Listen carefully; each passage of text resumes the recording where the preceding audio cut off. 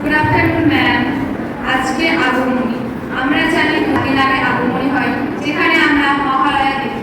এটা অনেকদিন আগে থেকে, পুরনো দিন থেকে আমরা এটা দেখে এসেছি। ছোটবেলায় আমরা দেখতাম ভোর 4টার সময় সবাই ঘুম থেকে উঠে টিভির সামনে যায়, গিয়ে মহালয়া দেখে। এটা হলো পুজোর একটা শুরুর দিন। তারপর শুরু হয় তৃতীয়া, চতুর্থী, পঞ্চমী, এভাবে করতে করতে দশমী পর্যন্ত এসে আমাদের বিজয়া দশমী হয়।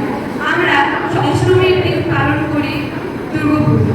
সেদিন থেকে শুরু হয় আমাদের পুষ্পাঞ্জলি, তারপর নবমীতে হয় আমাদের পুজো এবং দশমীর দিন হয় আমাদের বিজয়া দশমী, যেদিন আমরা মা দুর্গাকে বিসর্জন করি নিজের বাড়ি যাওয়ার জন্য।